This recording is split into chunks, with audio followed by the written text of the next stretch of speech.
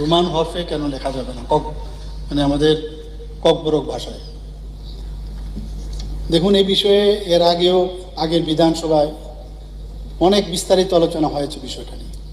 তখন opposition leader অনিমেষবাবুও ছিলেন। পরবর্তী সময়ে অনেক কথা হয়েছে।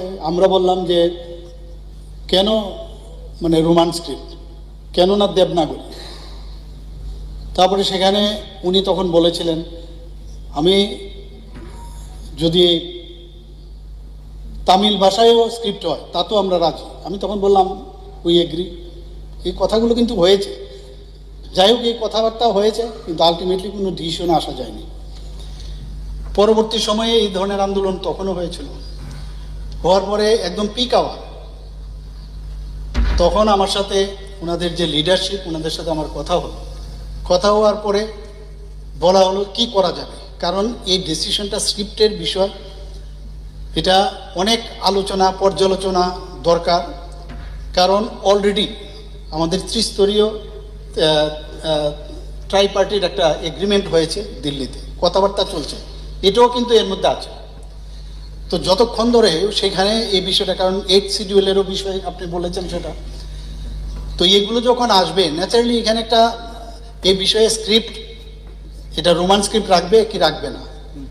তো এখান থেকেও আমি যখন কথা বললাম, সেখানে বলা হলো যে ইন্ডিজিনাস কোনো স্ক্রিপ্ট যদি হয় তাতে কোনো আপত্তি নেই। যদি ইন্ডিজিনাস স্ক্রিপ্ট হয় রোমান স্ক্রিপ্ট, ইন্ডিজিনাস স্ক্রিপ্ট হোক। এখানে চাকমা যারা আছে, ভাষাভাষী যারা আছেন, ওনারা কিন্তু নিজস্ব স্ক্রিপ্ট বানিয়েছেন। তো এইভাবে চলছে কথাবার্তা। আমি এগেনস্টে বলছি না, কথা হচ্ছে প্রস অ্যান্ড কন দেখে আমি এতটুকু বলতে পারি যে এটা একটা নিশ্চয়ই আমরা একটা জায়গায় আমরা আসব এবং নিশ্চয়ই তার সমাধান হবে। কারণ আমরা এই সরকার সমাধানের সরকার, প্রতিটা মানুষকে আমরা তার যে চিন্তা ভাবনা, তার যে কৃষ্টি সংস্কৃতি, তার ভাষা আমরা নিশ্চয়ই সম্মান করি।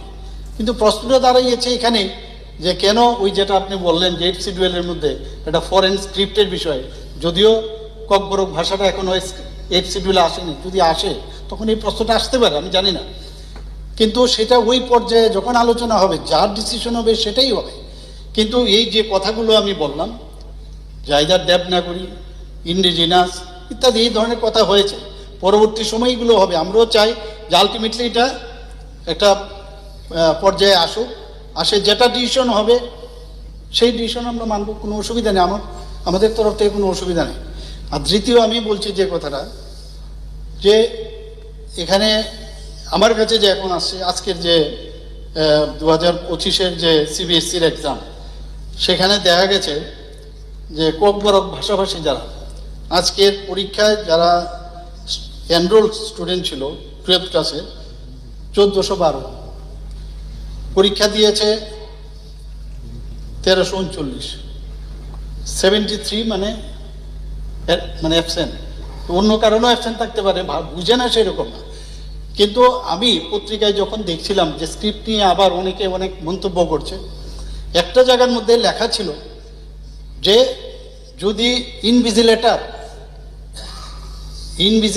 যদি ঠিকভাবে বুঝাতে পারে, যে এটা বাংলা যদি থাকে, ইনভিজিলেটর যদি বুঝাতে পারে তাহলে ওনাদের কোনো সমস্যা নেই।